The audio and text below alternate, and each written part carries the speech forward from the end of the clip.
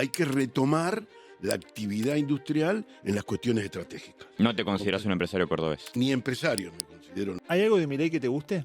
Voy a contestar a Alejandro que me Dale. tirotean de los dos lados. ¿Cómo le explicarías a un chico qué hace una empresa como electroingeniería? Las obras nuestras se explican por sí mismas.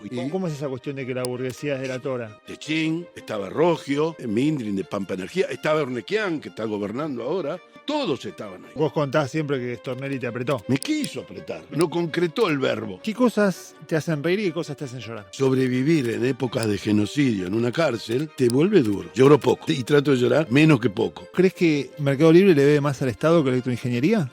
Siempre en el tema energético está el Estado. Entonces yo busqué el vínculo directo también con la política. Y ahí siempre está el fantasma de la coima, del sobreprecio. ¿Vos qué decís sobre eso? Nunca encontraron nada. ¿Las centrales quedaron sin construir? Se rescindieron los contratos. ¿Qué opinión tenés de Techín como empresa? No hay ninguna gran empresa que no haya sido pyme primero. Es que en 15 años no se avanzó mucho. Fabricábamos de todo antes y ahora cada vez menos. ¿Cómo ves a Argentina en 2050?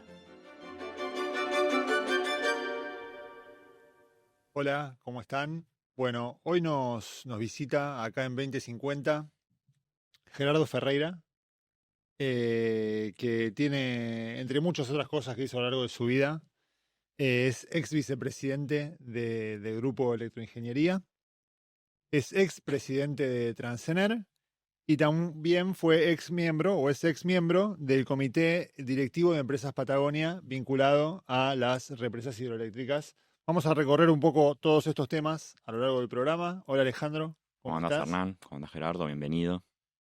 Hola Alejandro, hola Hernán, gracias por invitarme.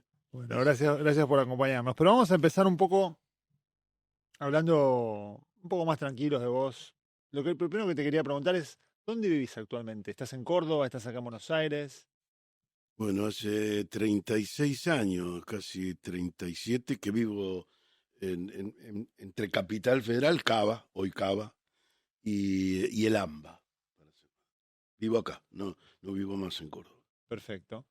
Y Todos creían e instalaban un empresario cordobés para bajarme el precio también, ¿viste? No solo políticamente, sino Córdoba. Ahí hay un... ¿No te consideras un empresario cordobés?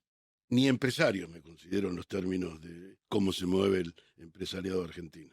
No, pero empresario cordobés no es algo necesariamente denigrante. Hoy es zona núcleo, no te hallas en ese cuadrante.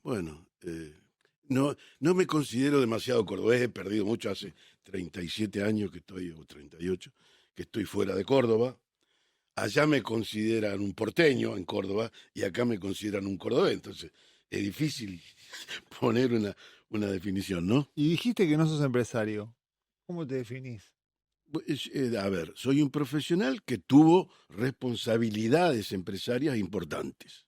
Okay. No comparto digamos, lo que se ha perdido en la Argentina. Acá hubo un empresariado nacional, vamos a ponerlo por la positiva, hubo un empresariado nacional importante que se gestó, digamos, durante la década larga de gobierno de Perón, pero después, forzadamente y actualizadamente, diría yo, lo quiero ligar con la venida del señor Scott, se fue desindustrializando la Argentina.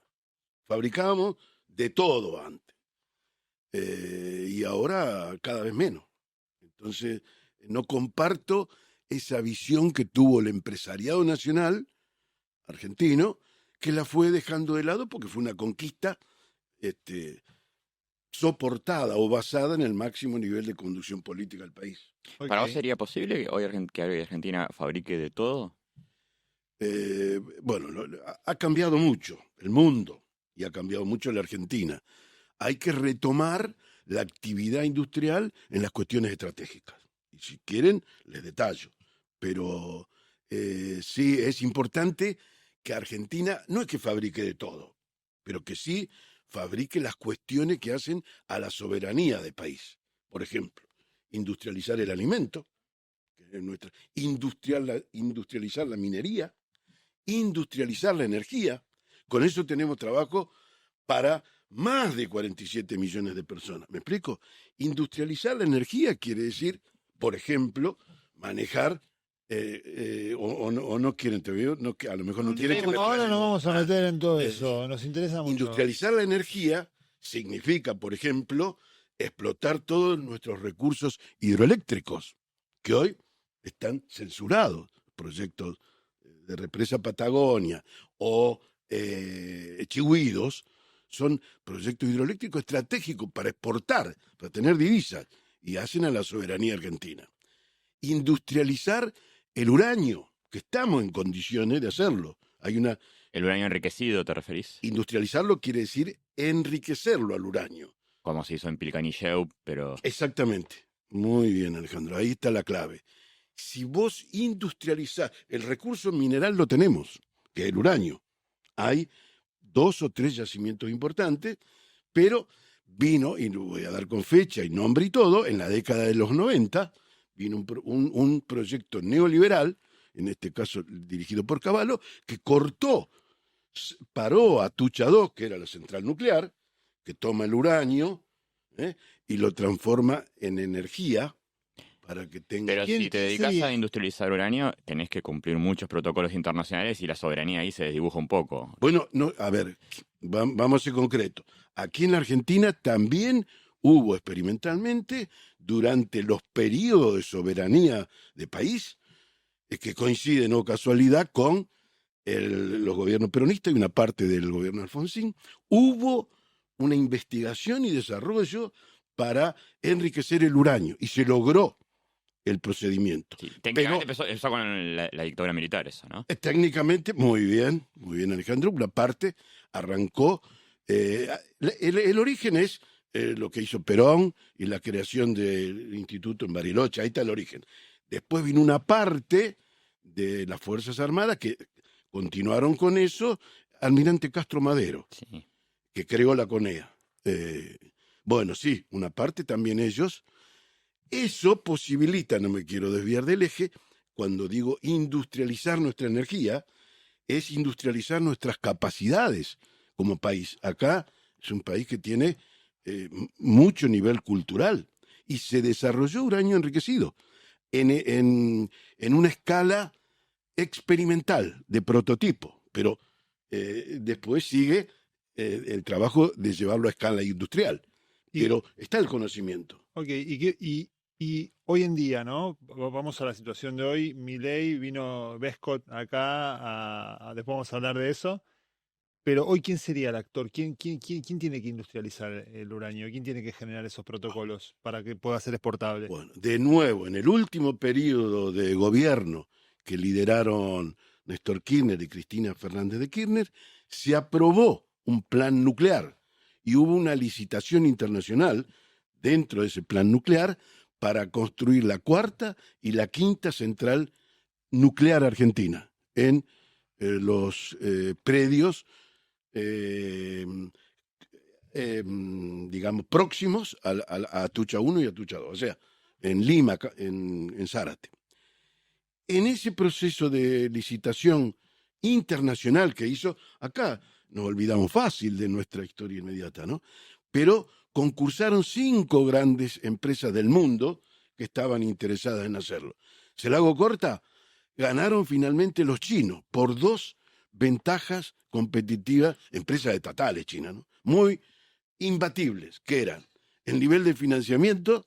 Los chinos financiaban 7.500 millones de dólares, y además, tecnológicamente, y acá está la pregunta que vos hacés, Hernán, el gobierno argentino, con una formación soberana del manejo de la energía, impuso como condición la transferencia tecnológica. ¿Para qué? Para hacer el enriquecimiento del uranio a escala industrial y ser soberano, tener toda la secuencia de la producción de energía nuclear, en este caso, propia. O sea, tener el mineral del uranio, fabricar el combustible, enriquecer el uranio, y después lo demás, las turbinas, con IMSA, otra pérdida del capital, IMSA, una empresa local, tener turbinas y tener el know-how para construir la central. ¿Y qué pasó con eso en el Todo gobierno? el circuito lo tenés acá y entonces podés exportar energía, no dependés de otros países. ¿Me Pero, explico? sí, pero ¿y qué pasó con todo este proceso, Gerardo? Porque hoy uno siente que eso está totalmente parado, que no pasó nada, y no tuvo poco tiempo el kirchnerismo en el gobierno como para llevarlo a cabo. Por eso te dije, este plan estratégico de desarrollo de la energía nuclear fue aprobado por el Congreso en 2014-2015.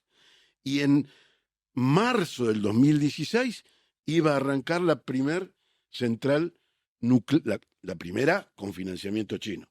Primer acto de gobierno Macri para las centrales hidroeléctricas del sur. Pero me parece que la pregunta de Hernán apuntaba más a por qué recién en 2014 se activa esto, si el gobierno contó con apoyo político y con fondos desde mucho antes. Bueno, primero. ¿Y qué pasó en el gobierno de Alberto también, no? Porque También sí, se los cuento todo. Es muy interesante lo que pasó. Además va al meollo de la cuestión. Así como primer acto de Macri para las represas patagónicas y para la cuarta central nuclear y para la infraestructura del Belgrano Cargas, ¿ustedes se acuerdan eso? Sí. Que le da la soberanía alimentaria de Argentina, porque trae toda la producción alimentaria del norte, la trae en forma competitiva. El macrismo tuvo el plan Belgrano. No sé si te acordás. Sí, me acuerdo. Sí, Fue sí, un mito, sí. mito de esa gestión que nunca se realizó. Nunca. Entonces, ahí es donde perdemos soberanía. Las primeras acciones de gobierno de Macri. Las primeras de Néstor Kirchner, y yo fui convocado, el mismo 25 de mayo de 2003, cuando asume, ya tenía en la cabeza terminar la central nuclear Atucha 2, que es una obra que llevó 5 años en terminarla, y después lleva 1 año y medio más de ensayos y pruebas. Se hacen por 4 todos los protocolos, ¿me explico? Sí, sí. Los planos con los que se construyó esa central son los de los años 70, ¿no? Exactamente, sí. ¿Es tecnológicamente una central obsoleta? No, a ver, primero, las obras civiles, que es la parte muy importante también del proyecto de la central, sí eran, eso no vence tecnológicamente, no cambia. No cambian los protocolos, las tecnologías, el diseño. De una central nuclear, en principio, el 90% no cambia. La parte tecnológica, nosotros seguimos usando un combustible que es uranio natural levemente enriquecido, que es el que tiene Argentina. Hoy, tecnológicamente, el combustible más conveniente es el uranio enriquecido. Por eso la que se contrata a China es con uranio enriquecido, pero con transferencia de combustible. ¿Me explico? Y después toda la parte de comando y señalización de la central, eso se ayornó, se cambió todo a una tecnología digital. Pero entonces tenemos que en 2003 asume Néstor y tiene el plan de terminar Atucha. Sí. Y en 2014 está, o 2013, está digamos, competencia internacional donde China es el final posiciona. de la cosa, porque hubo 3 años duró esa licitación. Arrancó en el 2011. O sea, si querés tener una ventana de 2013 al 2011, donde toman la decisión soberana de recuperar el plan nuclear y llegan al último punto. O sea, toman la decisión y accionan, porque, contratan a través de NASA, Núcleo Eléctrico Argentina, la construcción y completamiento de toda la central de Atucha, que estuvo 15 años paralizada. ¿Saben lo que significa esto? Estaban todos los materiales ahí. ¿Por qué estuvo paralizada? Por lo que te dije, Caballo, en los 90. Pero vos estuvo paralizada durante el kirchnerismo. 15 años, no, paralizada, por eso te digo, hasta el 2003. Pero se terminó de construir en 2014. Dijiste que lleva 5 años, o sea que 5 hasta años. 2009 también estuvo paralizada en el kirchnerismo. No, del 2003 hasta el 2008 estuvo construcción, estuvimos construyéndola. ¿Había consenso dentro de todo el kirchnerismo para construirla? Dentro de todo. Yo no formo parte de ningún partido político. No, pero es como. Ejecuto decisiones políticas. Por eso, esa es la responsabilidad mía. De Estado. Es decir, decisiones políticas de Estado. Yo no sé si había una interna ahí, no lo conozco.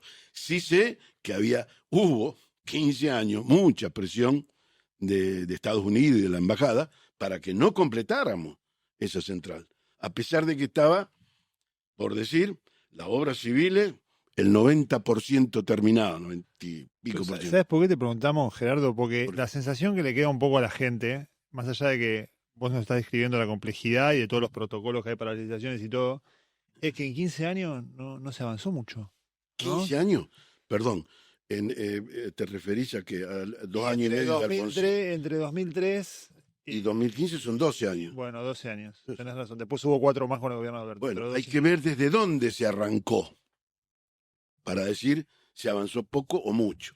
Se arrancó de un país en llamas, de un país donde estaba destruido el contrato social de la Argentina. No había representatividad, nadie se sentía representativo. ¿Me explico?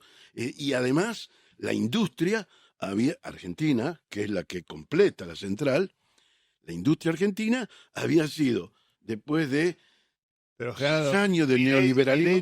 Milei tiene 37 diputados, ¿Bien? Milei tiene 37 diputados, hizo un montón de cosas Tiene en muy poco 37 tiempo. diputados, pero, por ejemplo, tiene el apoyo de 600.000 millones de dólares por cada semana. Vino Scott Bessent a apoyarnos. En cambio, Néstor Kirchner le pegaban de todos lados. Bueno, pero tenía una renta exportadora importante. La renta exportadora, le voy a contestar a Alejandro que me tirotean de los dos lados, y con distintos temas. La renta exportadora aparece recién con la caída de Argentina, que fue, por decir, 2001-2002, y en el 2002 o 2003, Labaña, que era un ministro que tuvo que heredar Néstor Kirchner del dualdismo, impuso las retenciones al agro, que no existían, de 30%, en contra de todo el campo argentino. ¿Ahora se impuso Remes Lenikov? Puede ser, pero... que dice la mala lengua que casi se agarra las piñas con el... Puede ser, pero son anécdotas eso. No, pero Sí. digo, él al comunicarlo... Es probable que la haya impuesto. Él hizo el gran trabajo sucio, como está haciendo Milei hoy, de, digamos, Remes, de establecer la pérdida de la convertibilidad. Y No, pero las retenciones puntualmente, estoy casi seguro de que las estableció. las Remes. retenciones, Sí. las retenciones, puede ser, bueno, ese parte también del trabajo sucio que le delegaron a él para sacarle plata al campo. Vuelvo a algo que dijiste recién. Pero me porque perdí lo que iba a decir. no, pero me interesa. Sí. Dijiste, yo no me meto en cuestiones de Estado, yo ejecuto. No, sí, dije. No me meto en cuestiones políticas. Si además Sí. tampoco te consideras un empresario y fuiste un militante. Sí, fui un militante, sí. ¿Y ese pasaje cómo lo resolves en tu Bueno, identidad? ahora me abren una cuarta ventana. Con gusto te lo voy a responder. Vamos a volver a este tema, pero... No, vamos a le volver quiero un poquito. responder, no le Dale, voy a dale. esquivar porque a ver si después queda como que no lo quise contestar. Mi militancia política estuvo, como ustedes lo saben, en mi juventud. Yo, por decir, estudié la carrera de ingeniería. Primero fue una militancia reivindicativa en ingeniería hasta el 22 de agosto de 1975. Ahí fue una fecha... ¿Hasta esa época eras peronista, Gerardo? No, no. Familias de origen peronista. No, mi familia de origen peronista, pero yo no dije que se... No, te pregunto. Claro, sí, y con orgullo lo digo, mi familia eran militantes peronistas, Militante peronista. mis padres. Mi abuelo radical, así que tengo un poco de... Como Vanoli, vosotros. Era Vos, Yo era pero bueno, el 22 de agosto del 75, yo tenía en ese momento 24 años, no del 75, perdón, del 72, yo tenía Me parecía 21 era años. muy No, sobre el filo el 75 para... 22 de agosto de 1972. Es el día que fusilan a los compañeros entre Trelew, los 16 compañeros fusilados.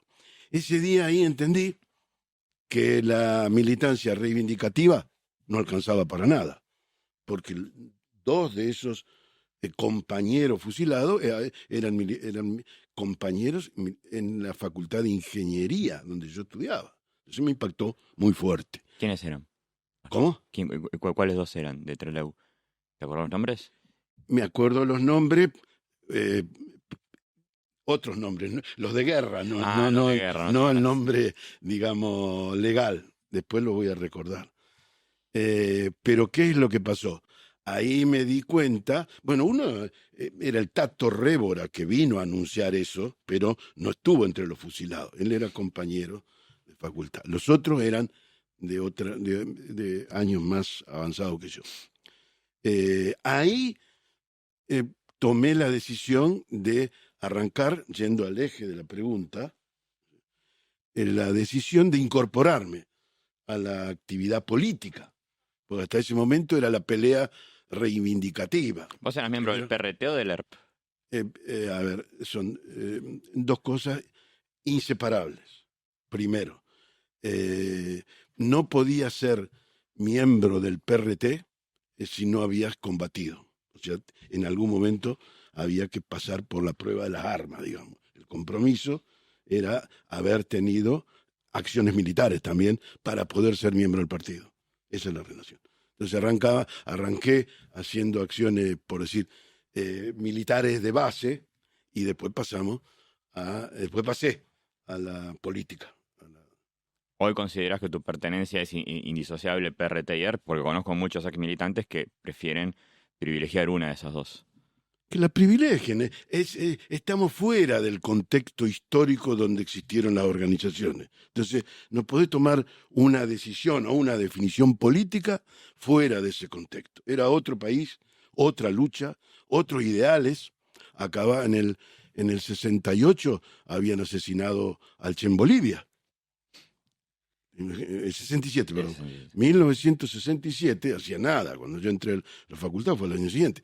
Eso nos impactó muchísimo a todos los jóvenes, porque además era cordobés, el compañero, cordobés era médico, había estudiado en la Universidad de Córdoba y se había, digamos, entregado a una causa política. Y Gerardo, de esa formación que tuviste como militante, primero como combatiente, ¿te llevaste cosas después para desempeñar tu actividad como profesional de la ingeniería y como empresario en algún momento también? Son dos planos. O sea, ¿sentís que te ayudó en algo? Sí, por supuesto, absolutamente. ¿En qué cosa? Absolutamente. Absolutamente. Si querés te lo resumo en un párrafo. Sí. Perfecto. En un párrafo. No hay obras de infraestructura. Yo soy ingeniero. ¿Sí? Sí. Y siempre soñé hacer obras de infraestructura. Centrales hidroeléctricas, por decir, centrales nucleares, como hicimos, centrales térmicas. Obras de ingeniería, de verdadera ingeniería. Era mi sueño como en la parte profesional. Y en la parte política, después entendí que no hay obras de infraestructura sin un vínculo político soberano. Para ser, digamos, un verdadero ingeniero que luche por las obras de infraestructura que necesita el país para desarrollarse y ser soberano, necesitas el paraguas político. Lo que pasa hoy, lo que estábamos diciendo. Y en el momento que combatías, ¿te veías en una Argentina socialista trabajando como ingeniero y haciendo obras de infraestructura? No, en el momento que combatían la prioridad era... Pero vos Roberto, eras ingeniero, habías estudiado. No, después de Sí, decir, sí. Luego, Sí, no, sí. porque me dijiste en el momento que combatía. Los combates para No, mí no, digo, en el terminaron. momento de tu vida en que eras un militante, pero también eras un estudiante de ingeniería. Vos decís que siempre quisiste hacer obras de Sí. infraestructura. Entonces estamos hablando de la etapa de estudiante, antes Sí, de recibirme. Sí. ¿Y qué me preguntás? Sí, Sí. tu hipótesis, si el PRT ganaba, ¿vos te imaginabas haciendo obras de infraestructura para ese Estado socialista o...? Sí, obvio, era un sueño mío, claro. Claro, como pasaba, por decir, en otros países del mundo, donde el socialismo había podido ya tomar el poder y la primera prioridad de Lenin, por decir, después de la revolución de octubre de 1917, la primera prioridad de Lenin fue llevar la electrificación a la ruralidad. No sé si me explico. Sí. Primer medida, así como Néstor Kirchner, la primera medida que toma es terminar la central de Atucha. Lenin dijo, llevemos la electricidad al campo, a los O campesinos. sea que vos la política y la militancia revolucionaria te enseñó que es imposible ser ingeniero, imposible hacer infraestructura sin política. Sí, claro. Sí. Eso es lo que te ¿Cómo llevaste. fue, y cómo fue tu tránsito desde la izquierda leninista hacia Fue el de- peronismo? ¿Cómo lo viviste a eso? Fue guevarista yo. Guevarista. Te voy a hacer si me Bueno. quieren comenzar a poner rótulos, Por favor, les Andrés. quiero aclarar. Pila. Le quiero, digamos, que si van digamos, a llevar adelante las prácticas de los medios hegemónicos de rotular a las personas, a las empresas. No, porque un día yo compré en el 2005, yo siempre fui guavarista y sigo siendo, ¿Te consideras un empresario guevarista? Sacale lo de empresario, no sigas poniendo rótulos. No, ¿Te consideras guevarista? viste, copiar, pegar. Yo te dije, vos me preguntaste si me considero empresario guevarista. Sí. Bueno, antes te había aclarado que yo no me considero empresario en los términos en los que hoy está. ¿Un empresario nacional guevarista? ¿Te gusta así? No busque. Un profesional. Estás buscando clichés. Un ingeniero guevarista. Eso yo ya se lo digo a todos. No copien ni peguen, más ustedes que son periodistas, no hagan el copiar y pegar, copiar o rotular. Las cosas tienen su contexto histórico también. El Che, cuando tomó el poder y llegó a ser presidente del Banco Central, ¿ustedes sabían? Sí. ¿Sí? Y bueno, entonces, si ven ese ejemplo, que es el que me guía a mí, no te tiene que sorprender. Son responsabilidades que hay que asumir en la vida, responsabilidades. Después las asumís en un contexto político o en otro. No es lo mismo ser presidente del Banco Central en Cuba que en Argentina, que definís cuánto es la inflación, cómo es el reparto de la riqueza. Allá en Cuba ya estaba definido el reparto de la riqueza. Y en China también. No es lo mismo ser presidente del Banco Central argentino que el de China. Lo que yo te quería preguntar es cómo fue tu reperonización, digamos, en qué momento... Nunca fui peronista, así que no hay reperonización. Ok, vos ahora no te sentís identificado con el peronismo, digamos. A ver, ¿cómo te puedo decir? No milité en el peronismo. Ok. Entonces, ahí te lo defino por la positiva. Las consideraciones o las percepciones no vienen al caso. Se resuelven con la actitud. ¿Cuál es mi actitud? Yo nunca milité en el peronismo. Sí apoyé a los gobiernos, por primera vez, a los gobiernos de Néstor y Cristina. Apoyé con el pensamiento y con la responsabilidad aumentada para hacer las obras de manera competitiva, a precio razonable y en los plazos fijados por los pliegos, ¿no? y precios. Perfecto. ¿Y cómo empieza tu vida como profesional de digamos, de las obras públicas, de la ingeniería energética? ¿Cómo das ese salto? Sabemos que estuviste... Bueno, yo me recibí en el 74 y ya justamente en agosto del 75, próximo a un aniversario del fusilamiento de los héroes de Trelew, ahí fui detenido. O sea, y fui detenido en el 75 y salí en julio, 9 años después. Salís 9 años después de la cárcel. 9 años después. Y sos Entonces, profesional. Y te empezás a insertar como profesional. Tengo el ¿Cómo título fue de ese tránsito? profesional. ¿Sabe? Muy simple. Me incorporaron en la misma empresa que había trabajado hasta el 75. Okay.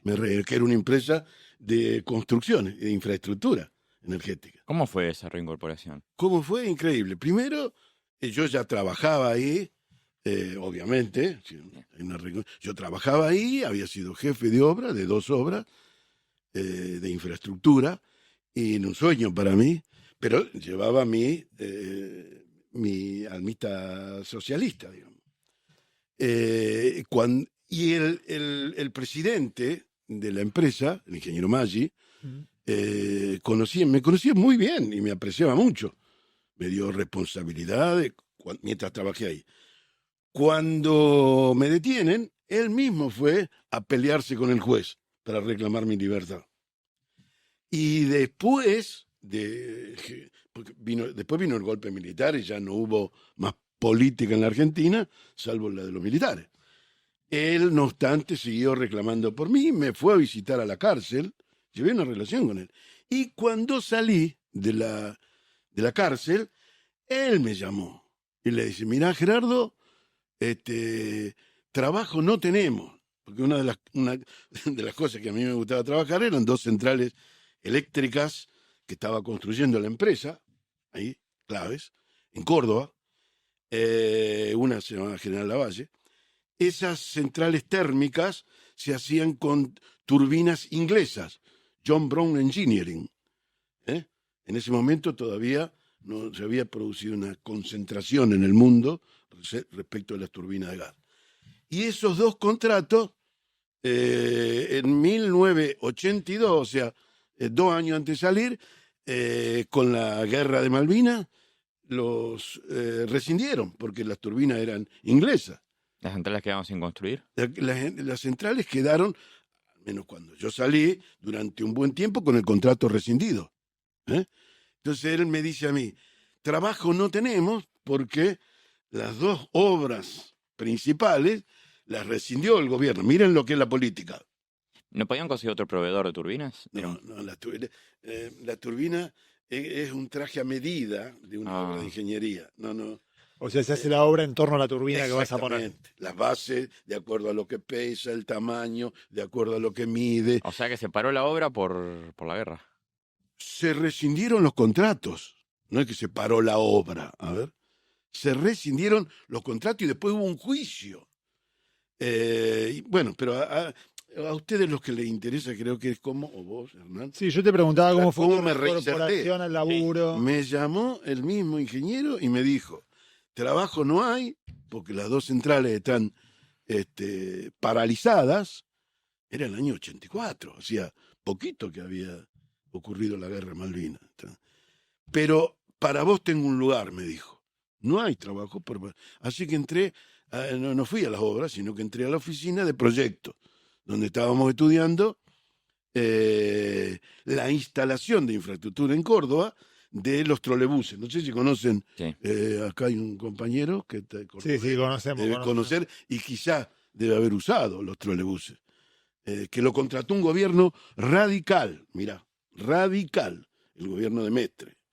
Chapó a ese gobernador, en ese momento era intendente, contrató una red de infraestructura muy avanzada.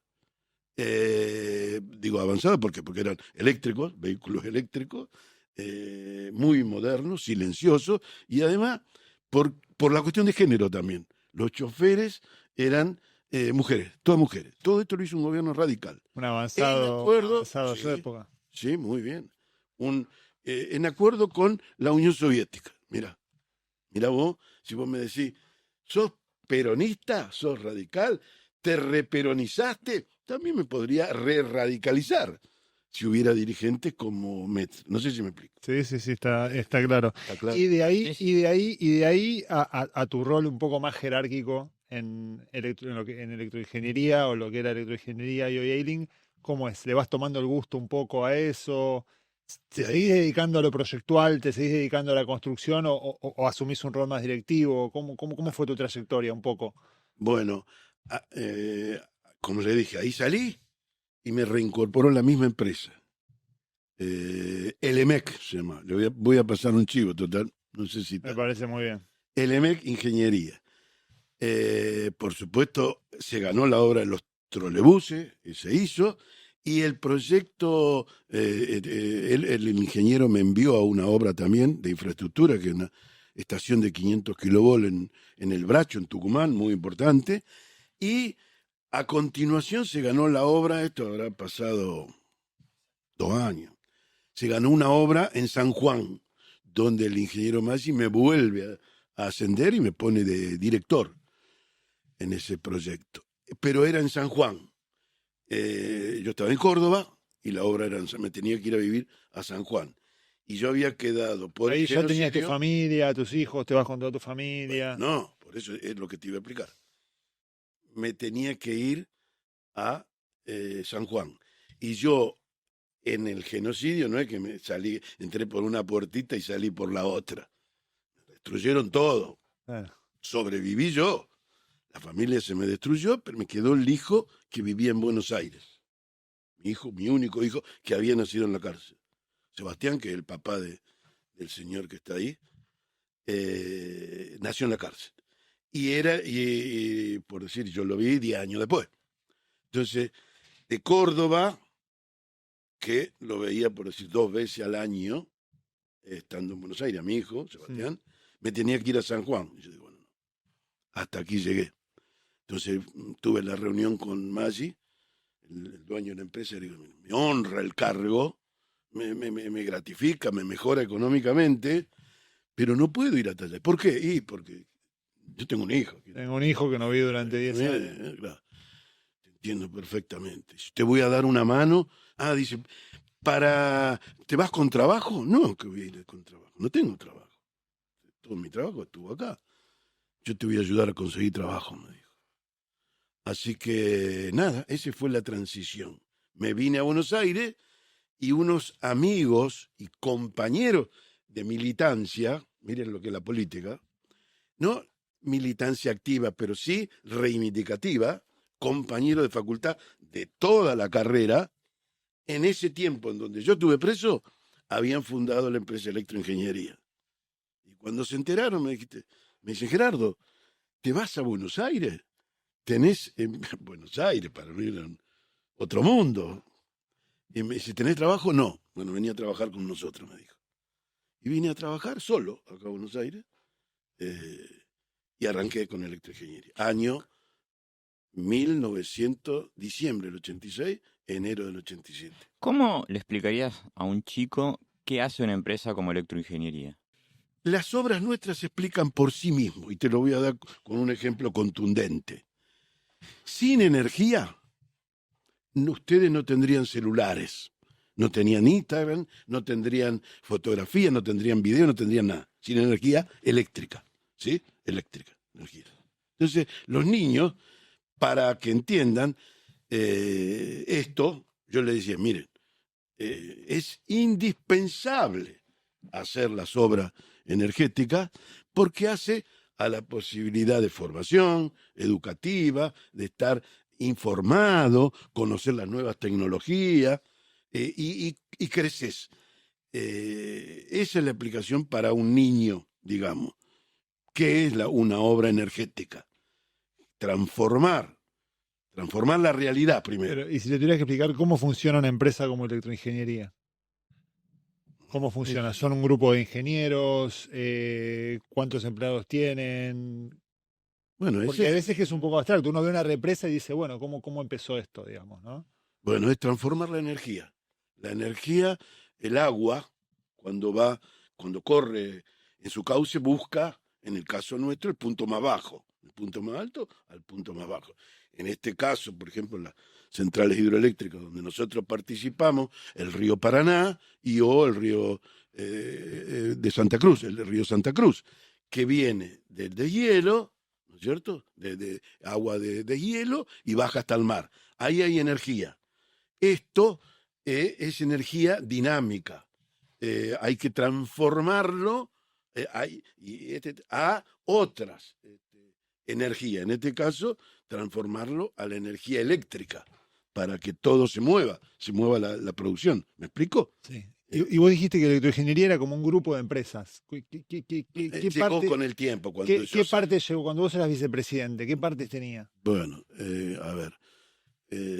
Cuando ingresé era, por decir, un cadete, hacía todo, hasta ir a retiro, a enviar las cosas, a hacer cola en la empresa Chevalier y enviarle a ellos los pedidos de precios de obra, de materiales que me pedía. Arranqué así, si querés. Después, cuando salí, ellos me formaban a distancia, porque yo había perdido 10, 12 años de... de avance know-how, de avance tecnológico, etcétera, etcétera. Pero ellos me delegaron, porque eran 2 accionistas, me delegaron la responsabilidad de atender todos los clientes que ya tenían en Buenos Aires. Y la capacitación, esto es lo grande de haber tenido 2 compañeros que hicieron conmigo toda la carrera, ¿no? Hicieron los 5 años de carrera, casi 6. ¿Estaban politizados tus compañeros? Por eso dije reivindicativo. Ah, No, ninguno tenía formación ni militancia, teníamos ok. política, partidaria.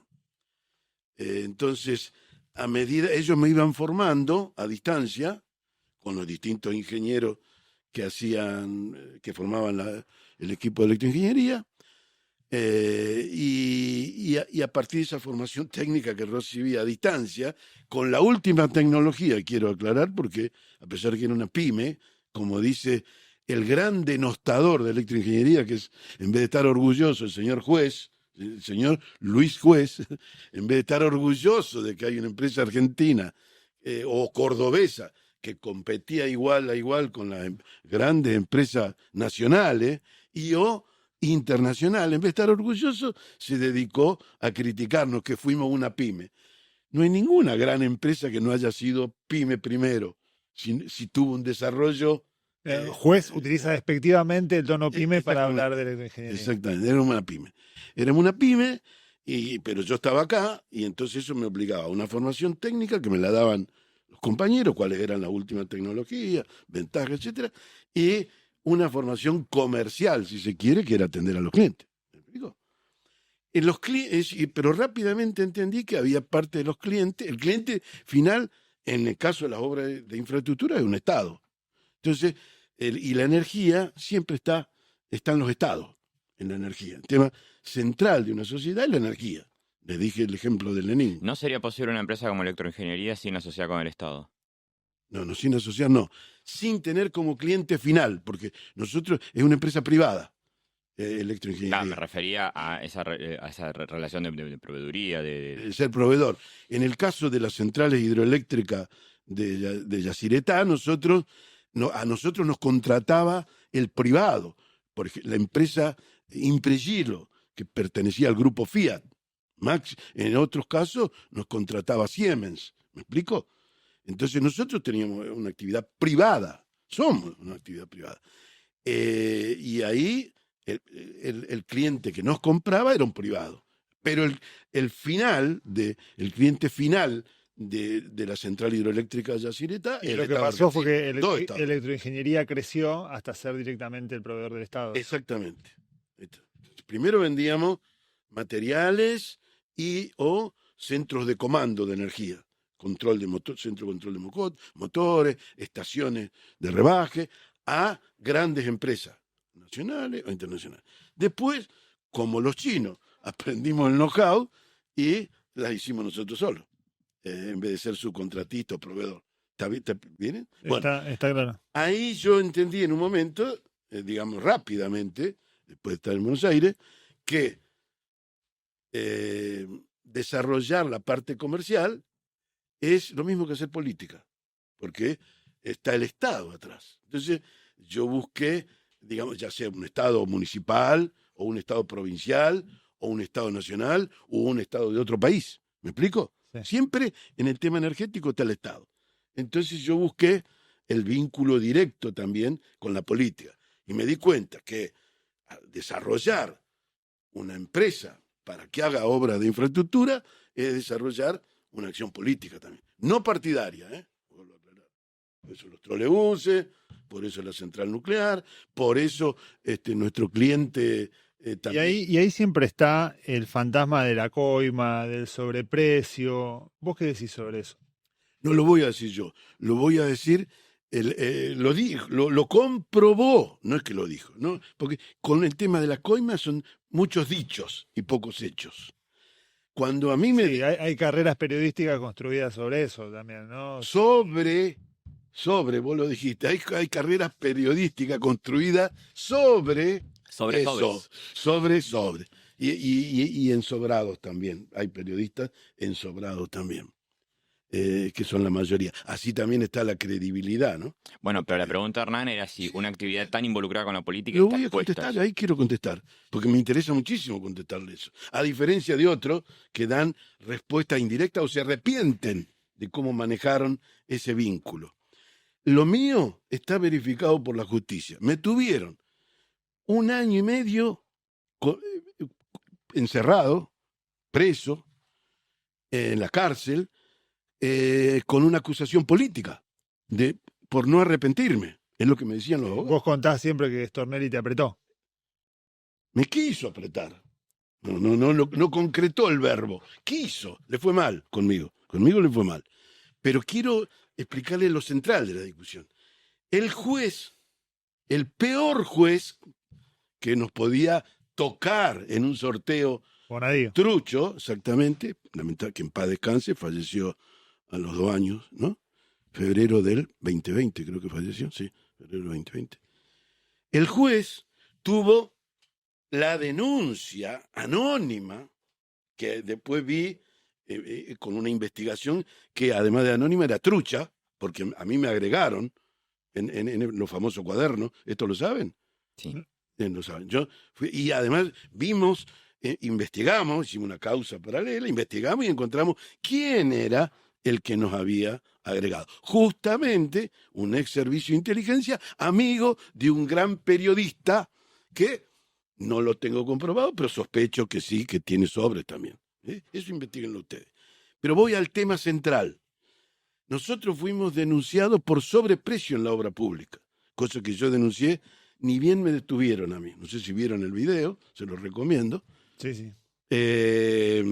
Tuve la inteligencia de que todos nuestros contratos tenían auditoría interna, auditoría externa y control de la AFIP, que el macrismo la usó como arma de ataque para ver a dónde lavábamos dinero, en la otra, a dónde iban a parar nuestras supuestas coimas o a dónde llevábamos las extraordinarias ganancias de esas obras ganadas solo por el hecho de que pusimos una coima. Bueno, nunca encontraron nada.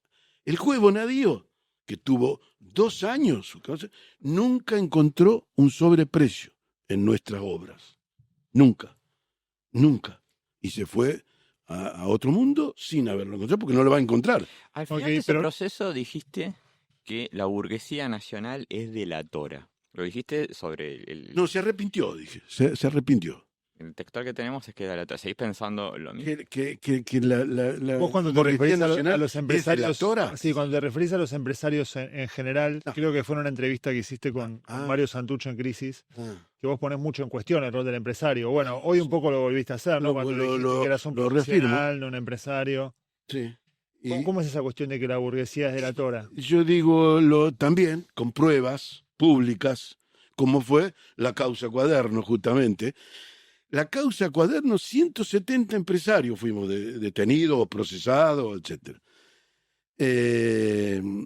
Y los grupos empresarios más importantes también estaban ahí. Todos. Techín, estaba, voy a dar nombre porque sí. En esto me gusta dar nombre. Techín, estaba Rogio, estaba Mindrin de Pampa Energía, estaba Ernequian, que está gobernando ahora, estaba Bulger, todos estaban ahí. ¿Por qué? Venía de parte de la embajada impulsada esta causa, no es joda. La embajada quería involucrar a todas estas empresas. Todas las empresas, ¿para qué? Para después comprar barato. Lo que hicieron, no sé si me explico. Sí. Todos encausados, toda la empresa en problemas. Con 2 mangos vienen y se quedan con las grandes empresas que son parte del patrimonio de know-how de un país. No es cualquier cosa una empresa. Y además son potenciales competidores de Estados Unidos. ¿Me explico? Por ejemplo, Techín, que le competía con los caños.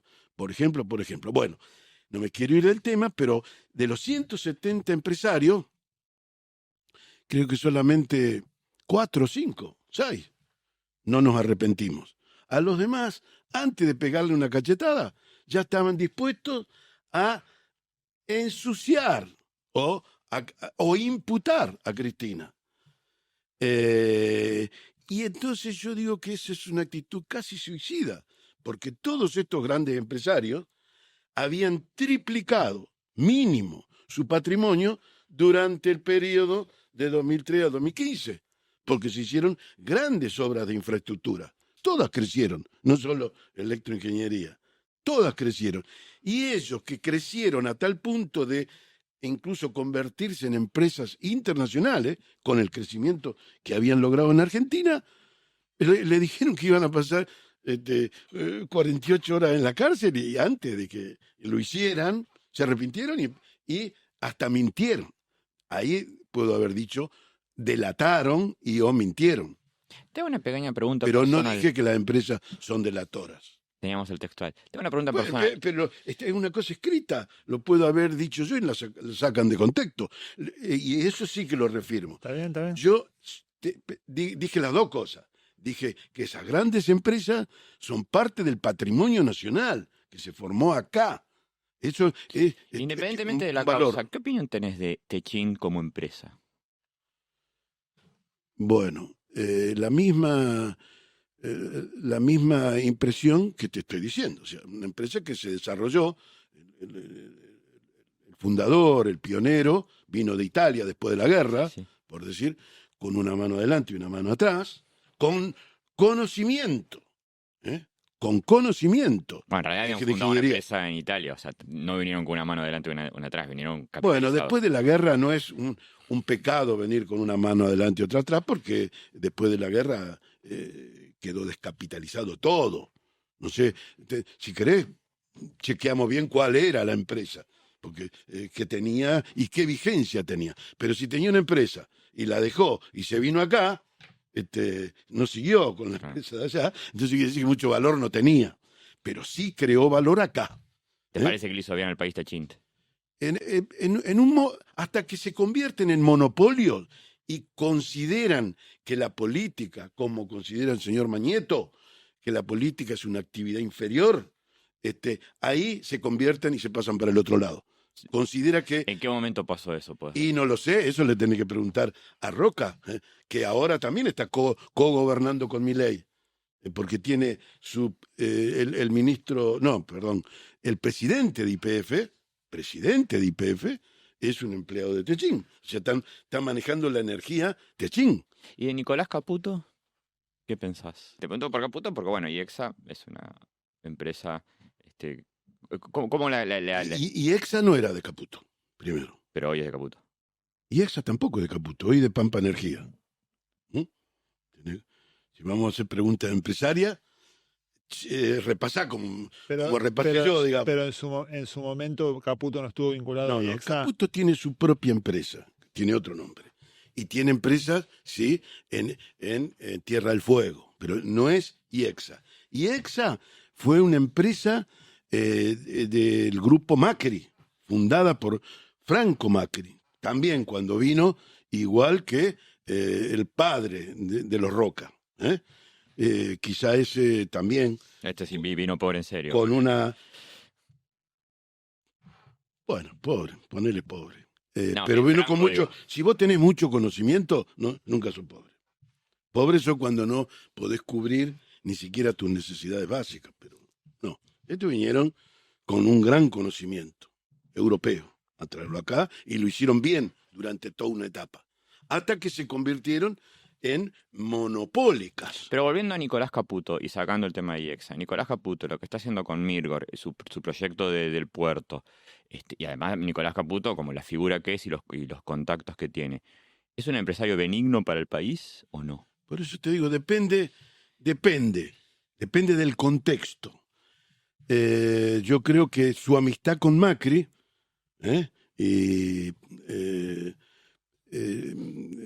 lo llevó a tener compromisos políticos que no son buenos con el país. Por esto que les digo clave de acharnos la relación de inserción con el mundo. Nuestro lugar en el mundo hoy es los BRICS. O sea, hay que asumirse lo que vos sos. Somos un país, no somos una colonia de Estados Unidos. Ni queremos serlo. O ustedes sí quieren ser, que venga el señor Scott y nos dé órdenes de con quién tenemos que vincularnos y por qué tenemos que tomar la deuda. No queremos ser colonia. Colonia no. No, Muy bien.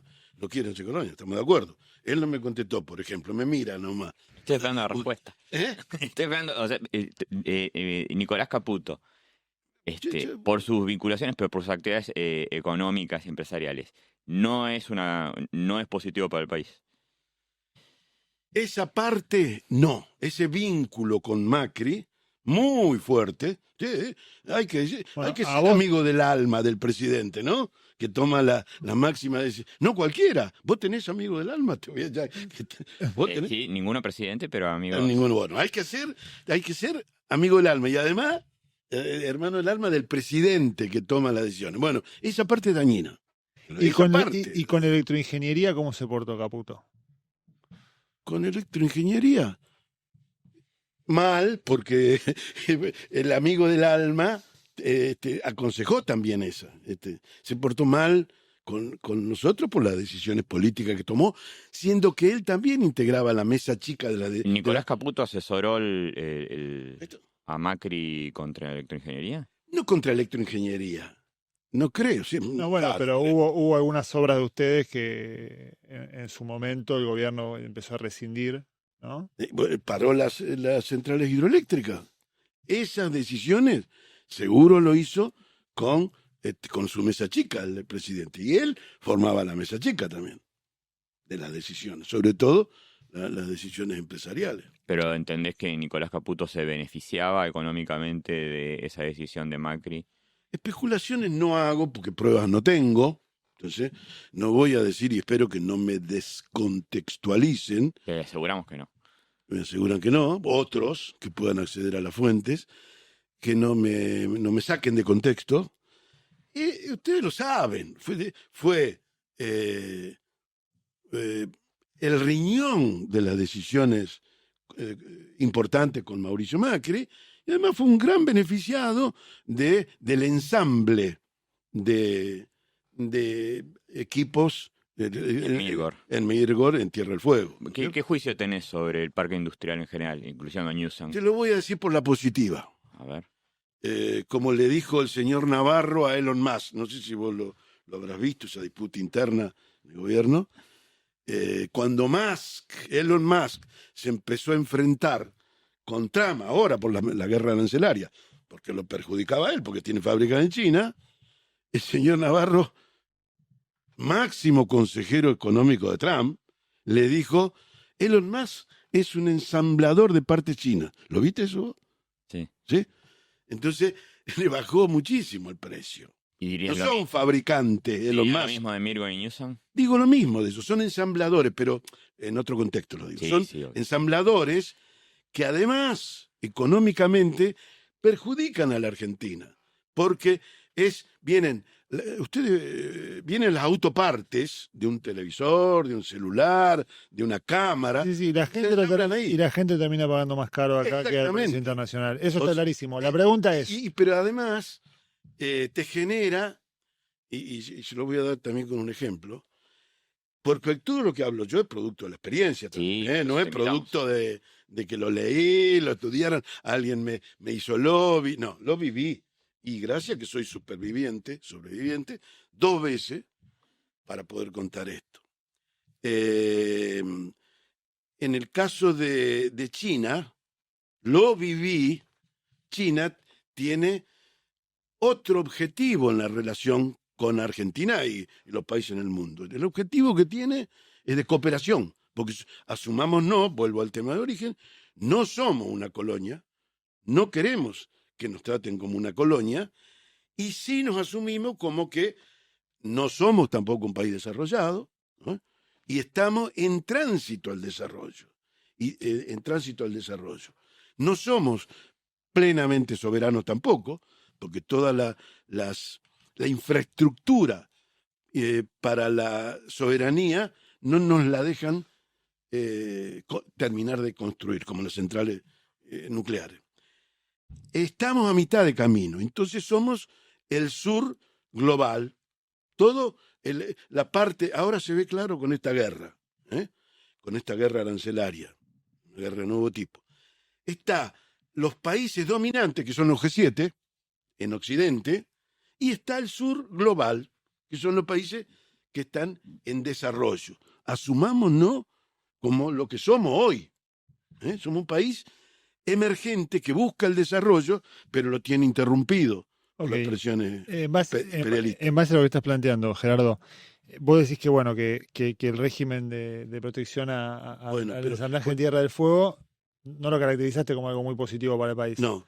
Ahora, ¿no hay un interés geopolítico también ahí de mantener la población, la ocupación? ¿Qué Otro piensas tema, sobre pero eso? el testimonio que quiero dar acá, no lo di muchas veces este testimonio, lo mismo que la cuestión de Scott, ¿eh? Esta es una primicia, ustedes, es el nuevo Nos estás haciendo la tal venta, nos estás haciendo la venta del programa. Está muy del bien. programa, porque nadie tiene en claro a qué vino Scott acá. Hablamos de Scott Bessent, ¿no? ¿Eh? Hablamos de Scott Bessent. Scott Bessent, Sí, sí. el jefe del Tesoro. No, le aclaramos al público. Scott Bessent, aclaren, sí, por favor. O cuando editen.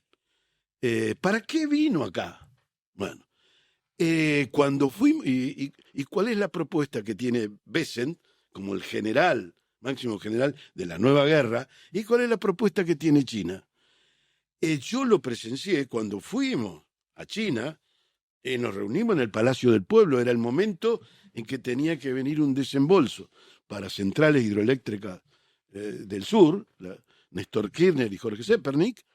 En ese momento, claro, la orden del desembolso la bendecía Xi Jinping por el lado chino y los 500 millones de dólares lo recibía, por lo que le dije recién, la obra de infraestructura.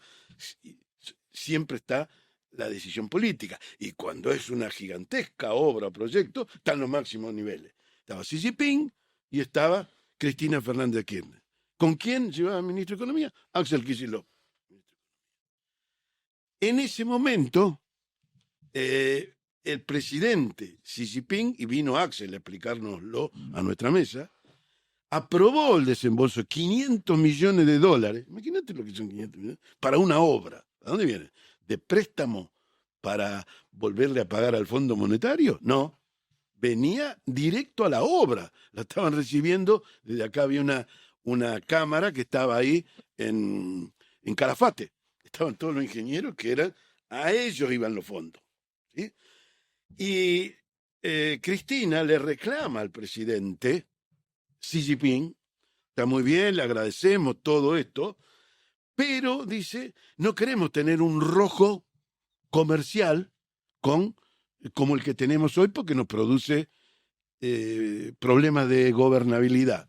En ese momento teníamos un rojo comercial con China de casi 8.500 millones de dólares. Y Xi Jinping le dijo, y acá voy a Tierra del Fuego, presidenta, dice, usted en la balanza comercial ponga todo, no solamente lo que nos compran a los chinos. Pongan también las inversiones que estamos haciendo y las que estamos dispuestos a hacer. Por ejemplo, mirá, Xi Jinping, ustedes no tienen fábricas de autos, no tienen fábricas de celulares. Lo que tienen son ensambladoras, lo que le dijo Navarro a Musk. Y esa metodología de ensamble de autos o de celulares, implica que tenemos que importar autopartes e importar teléfono partes. ¿Me explico? Entonces, la balanza de pago, que es lo que hace grande y soberano un país, la profundiza el ensamblado porque reemplazás una parte de mano de obra, pero generás un desbalance. ¿Me siguen? Sí. Un desbalance al incorporar la autoparte. Bueno, Mirgor hace eso. Encarece el producto y te genera un rojo en la balanza.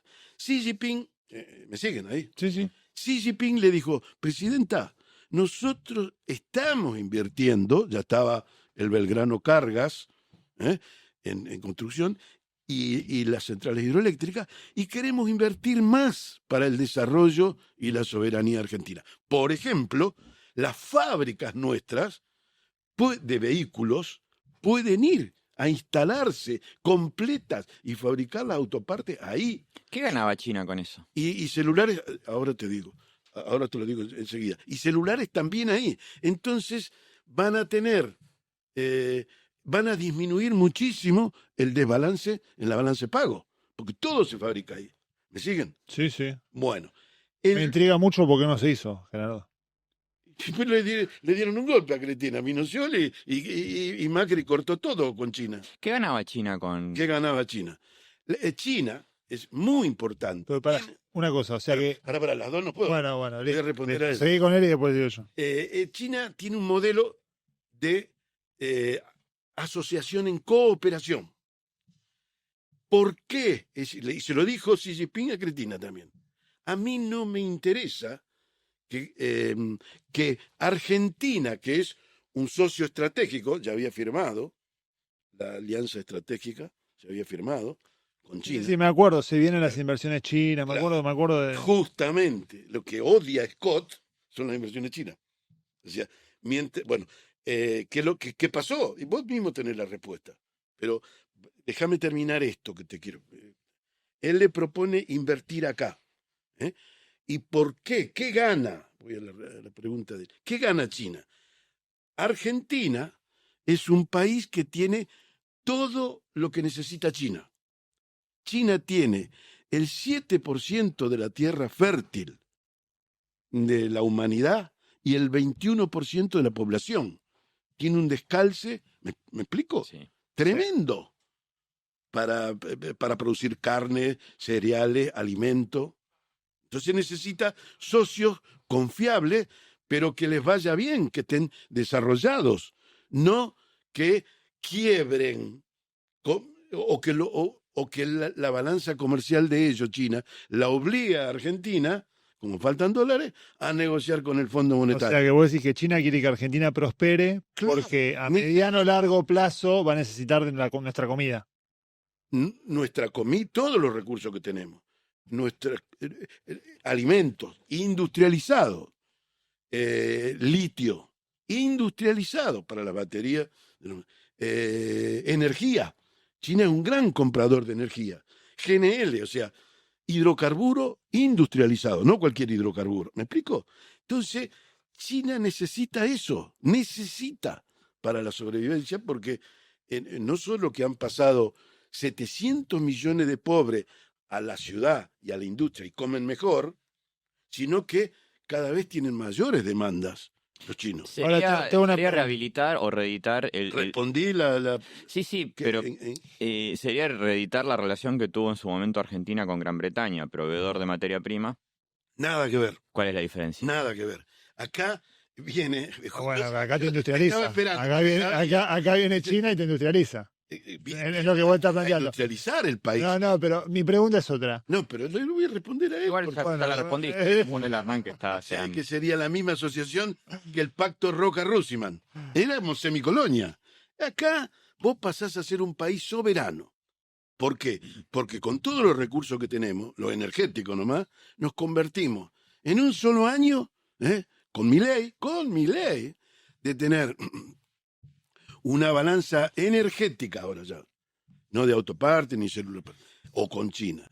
Energética pasamos de tener 7.000 u 8.000 millones de dólares por año en rojo a 4.000 en azul positivos. ¿Sabían eso? Por las exportaciones de gas, de Vaca Muerta. Claro. Entonces, a partir de ahí, si vos replicás ese modelo Vaca Muerta a las demás actividades, sos un país que tenés balanza de pago favorable, excedente de dólares, año a año. Y entonces, si vos sos excedente, no tenés que ir a arrodillarte al Fondo Monetario Internacional. ¿Me explico? Completamente de acuerdo. Eso es lo que nos posibilita, no solo China, China, India, Brasil, Rusia, los países petroleros, todo eso forman los BRICS. Está bien, con Brasil. No es porque esto que me dijo tiene un toquecito de mala leche, la pregunta que me hizo Alejandro. No, entonces volvemos a ser... Eres historiador, estás haciendo una comparación histórica. Me llevaba ahí. No. Si vos te industrializás y lográs tener balance de pago favorable, ya no tenés dependencia ni financiera, ni industrial, ni política, ni económica. Yo tengo otra pregunta que espero que no te parezca mala leche, pero a mí me gusta la literatura. Y yo en tu relato veo, en lo que vos contás, es que Argentina siempre estaba a punto de despegar, pero vino Macri, ¿no? Estábamos a punto de hacer la gran central nuclear, pero vino Macri. Estamos a punto de hacer un súper acuerdo comercial con China que nos iba a industrializar, pero vino Macri. Y estuvimos con 15 años de gobierno kirchnerista. Gerardo, me parece que hubo... 12 años. ¿No? Bueno, y sumarle los 4 de Alberto, 16. Entonces, no sabía que Alberto era entonces, kirchnerista, me estoy bueno, enterando. Cristina era vicepresidenta, hasta donde yo tengo memoria. ¿Qué maneja? Entonces, ¿Manita al Senado? Y bueno, entonces, Las represas y las centrales nucleares estuvieron paradas con Alberto. está bien. Bueno, después discutimos si querés la relación entre Cristina y Alberto, pero digo, ¿no te parece que en este relato hay algo que hace un poco de ruido?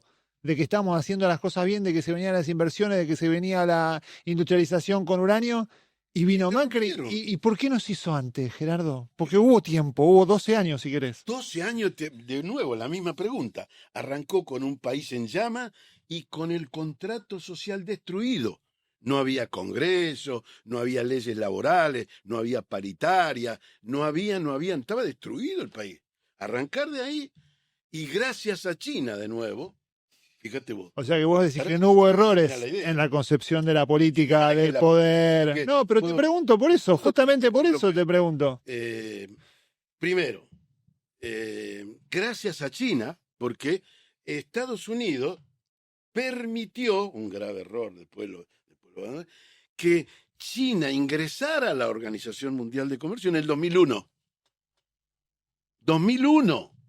Estuvo 20 años remando China para entrar a la Organización Mundial de Comercio.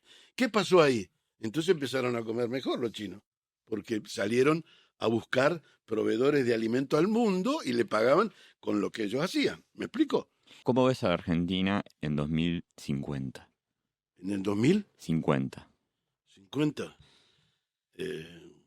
yo creo, tenemos muchos altibajos como país. No tenemos políticas de Estado. Hay políticas, digamos, que traen industrialización. La preocupación mía es la industrialización de Argentina, que tiene todas las capacidades, todos los recursos, todas las necesidades, y se interrumpen los planes, como decís vos. En uno ya encontramos una similitud de interrupción. El Fondo Monetario con Macri y el Fondo Monetario con la Revolución Libertadora. Cuando vos sos... Y con Milei también, ¿no? Ahora... Con Milei también, pero Milei está todavía ahí. ¿Por qué? ¿Por qué? ¿Por qué? Porque tiene un préstamo que le da gobernabilidad que se llama, miren qué hijo de puta este presidente. Porque ese préstamo, ahí tenés otro hecho bueno, no solo que se valorizó la soja, sino que China solito puso, 1.400 millones, puso un préstamo a disposición de Argentina, un préstamo para represa, que son 5.000 millones de dólares, un préstamo para el Belgrano Carga, que son 2.500 millones de dólares, y un préstamo para la central nuclear, con todos los beneficios que traen esas obras de infraestructura, ferroviaria, centrales nucleares o hidroeléctricas, lo puso a disposición. Si vos sumás todo eso, más otras obras, eran 30.000 millones de dólares. Y puso 19.000 millones de dólares para un swap. ¿Sabían eso? Sí, claro. Pero ¿a dónde va ese swap? Es un crédito que va a las pymes. ¿Por qué? Porque así los empresarios argentinos tienen financiamiento para importar partes de la fabricación. Lo que quiso hacer Milei con Libra también, ¿no? Que lo que quiso hacer Milei con Libra, que iba para las pymes. Sí, pero uno es un enunciado y lo otro es una realidad. En este caso se conoce quién invertía. El Estado chino. Son bancos estatales chinos. Okay. Entonces, y puso 20.000 o 19.000, 18.000, depende de la cotización, yuan dólar, o renminbi dólar, a disposición, esto no ahora, lo puso en el 2014, 2015 de Argentina. Lo puso a disposición, ese préstamo. Y ese préstamo está en las reservas argentinas. Son hoy casi el 75% de la reserva argentina, que le da gobernabilidad al propio Milei. Esto lo ven ustedes. Sí. Sí. Ahora, Lo que es el pánico en el empresariado o el gran ahorrita de tener dólares, las reservas fueron negativas en un momento, ahora lo son más, pero Milei tuvo la gobernabilidad de su primer año y medio gracias a China.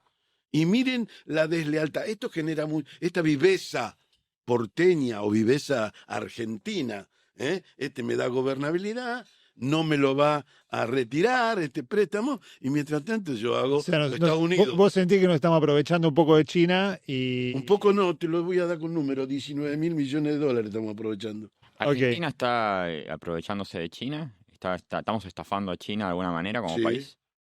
Sí, claro. Porque primero están paralizados los 3 contratos. Esos 3 contratos que le dije, la central nuclear, las hidroeléctricas, el Belgrano Cargo, tienen cláusula de rescisión. Porque son contratos que van destinados a obras, no a la especulación financiera.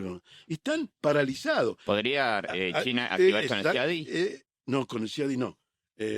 Hay una cláusula de cross default en los propios contratos. ¿Y dónde podría De banco. hacerlo valer? Son créditos Estado-Estado, ¿eh? No son, esto es lo del CIADI, es para inversiones de privados. En otro ¿Cuál sería el ámbito. marco legal en donde El contrato Estado-Estado que firmaron los bancos estatales chinos con el Ministerio de Economía argentino. pero esto que caería en un tribunal chino? No, hay fórmula para apelar, hay tribunales de comercio internacional en Ginebra, pero es clara el incumplimiento argentino. Le da derecho a rescindir de los créditos. Y si China No lo quiere hiciera hacer. valer esos contratos en uno de esos tribunales y Argentina se viene involucrada y acusada, ¿a vos te parecería sería justo lo que está haciendo China ahí?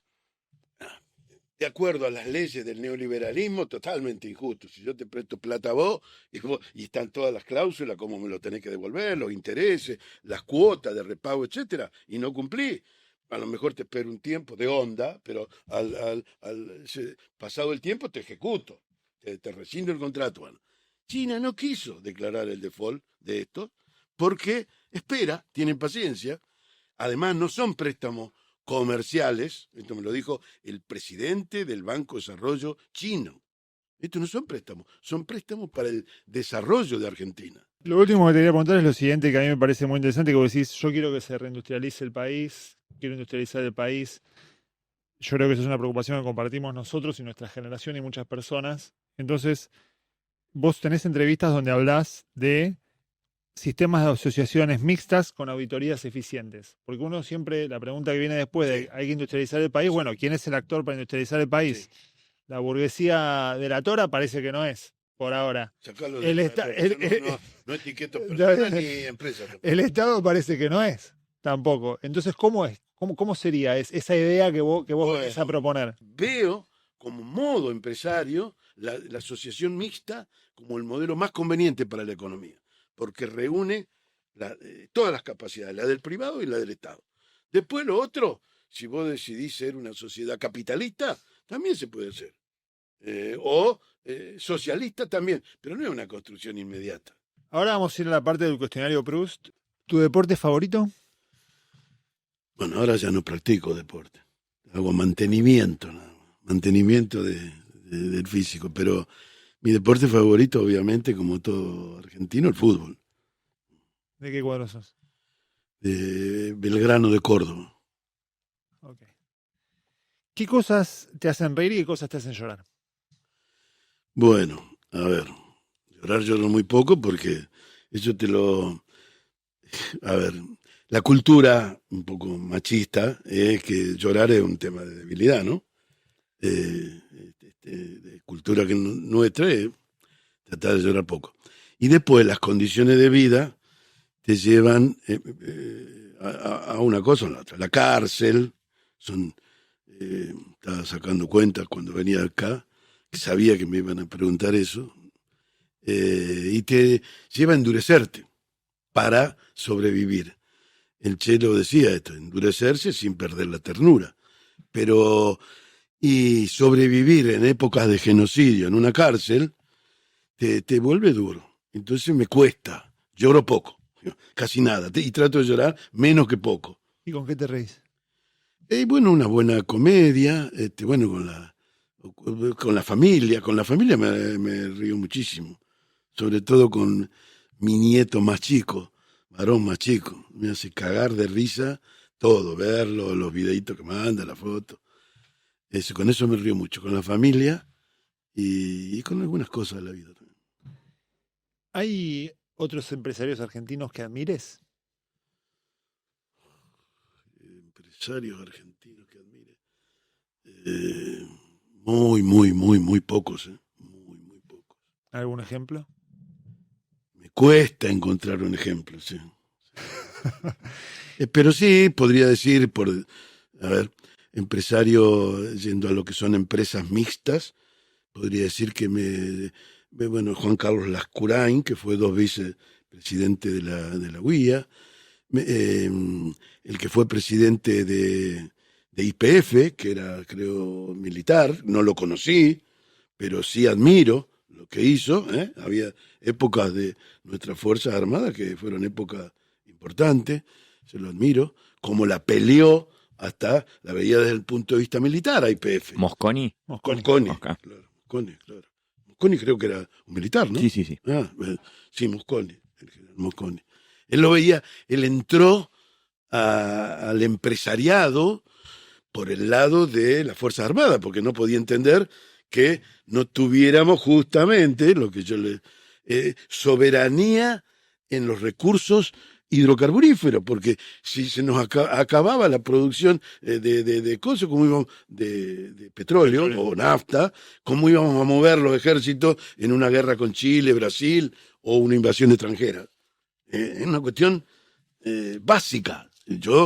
Y además el tipo fue muy consecuente. Y además se creó esto antes del peronismo, mucho antes del peronismo. La luchó hasta que logró la empresa, venciendo la resistencia de afuera, de las empresas petroleras de afuera, que no querían que tenían un lobby, las empresas petroleras americanas de Occidente, en el Senado.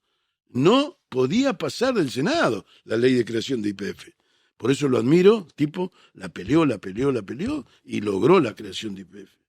¿Y de Galperín qué pensás?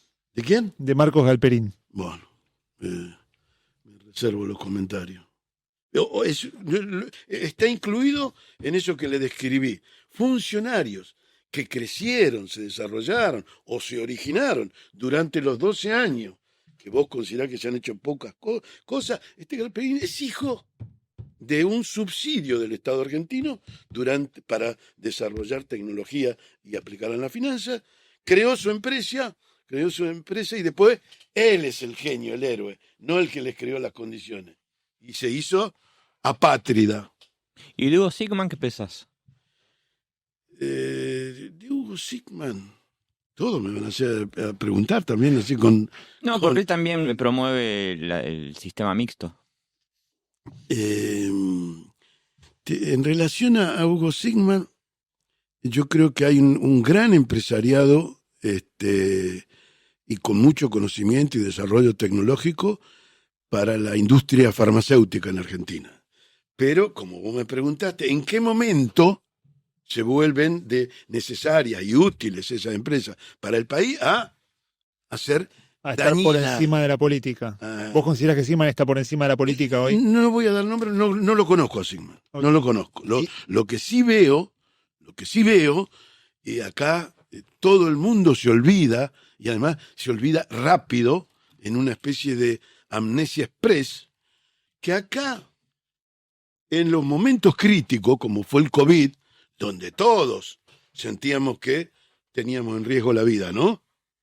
En esos momentos críticos hubo solo 2 países que vinieron a cooperar con la Argentina. Ustedes lo deben saber. Con su industria farmacéutica. La rusa con... Putin. Con Putin, sí, pero... No, con Sputnik, la vacuna. Con la vacuna Sputnik, correcto. Y un instituto, el Gamaleya creo que se llama, de investigación de ello, lograron una vacuna, Sputnik. Y el primer país fuera de Rusia que la tuvo fue Argentina. Ustedes habrán visto las filmaciones de cuando salió el avión. Me quedé con lo de Galperín. ¿Vos creés que Mercado Libre le debe más al Estado que a electroingeniería? A la electroingeniería no le debe nada, nunca tuve vinculación con... No, me llama la atención, la verdad, eso. ¿Te llama la atención? Sí. se fundó en esa época, ¿sí? ¿Estamos de acuerdo? Porque había condiciones económicas, empresariales, políticas y de apoyo a la industria. Y él la tuvo. Se creó ahí, se originó ahí. Y después, bueno, es lo que es ahora. Desastre. ¿No te produce orgullo que una empresa argentina tenga ese no, alcance, no. esa cobertura, esa variedad de servicios? No, sí, la tecnología, lo que hizo acá, es la frontera que hablaba Alejandro. ¿Dónde está la frontera? Y cuando se transnacionaliza, se convierte en monopolio y pasa de tener un objetivo sano, como es el desarrollo del país, a una insanía, que es la codicia. Ahí está. No sé cuándo es, pero esa es la frontera entre una cosa y la otra. Si pudieras ahorrar $1.000 por mes, ¿en qué los invertirías? En dólares no, porque es la moneda de la dependencia. Yo te voy a decir, en dólares no. No, el ingreso es en dólares. Te pregunto. El ingreso, yo tengo ingreso en pesos, siempre tuve. No, pero la ingreso. pregunta plantea el caso hipotético de si tuvieras un ingreso. Si fueras un pequeño ahorrista, Gerardo, Hoy, y tuvieras que le doy. una luca verde para hacerla y para invertirla, para hacerla rendir, ¿qué harías? Bueno, en ese hipotético caso, la recomendación es que busque activos físicos en orden a lo que está pasando en el mundo también. Que cada vez van a tomar más valor los países que tienen activos físicos estratégicos, no derivados, papelitos de deuda, bonos del tesoro. ¿Y sino cuál le recomendarías a alguien que nos está viendo y tiene un ahorro de alrededor de $1.000 mensual? $1.000 mensual, un excedente, o sea, una Sí. capacidad de ahorro, y buscar una vivienda. Nuestro sueño en la familia fue tener la primera vivienda propia.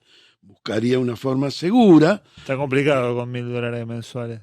Pero un sistema de ahorro previo.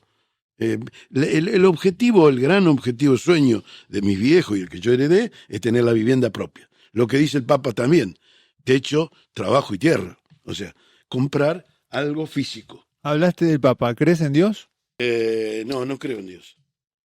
Fui católico, fui formado en un hogar, como decías vos, peronista, católico, creyente, practicante, pero dejé de creer, perdí la fe. ¿Por qué? Dice ahí que me permitió espiar. ¿Por qué? Porque perdí la fe. Perfecto. ¿Cómo definirías al capitalismo? El capitalismo se define a sí mismo, no lo voy a definir yo, lo definió un gran filósofo que se llama Carlos Marx, que te lo cuenta, estudialo y ahí está. No voy a ir arriba de Marx porque lo estudió. Okay, pero la mejor definición es la de marxista. Que es un sistema de producción privado con acumulación de plusvalía, que los trabajadores, hay plusvalía nacional, donde los trabajadores reciben una parte del valor que agregan a un producto y la otra parte se la queda el empresario. Esto es, depende también la frontera, como dice Alejandro, cuál es la parte y cuál es la parte. Si en China vos producís un bien como este y son $10 y después vos lo vendés en 5.000, entonces ahí hay una plusvalía. Hoy hay una pelea por eso, Claro. por la distribución de la, digamos, del ingreso. Ahora en China no hay sindicatos, como decías vos, pero ahora vas a ver cómo van a defender colectivamente el sistema los trabajadores. ¿De qué te arrepentís? De nada. Y menos, no me arrepiento, es mi eslogan. No me arrepiento. Si me estudiaste un poquito, es la bandera que tengo, de nada. Tendríamos que haberlo supuesto.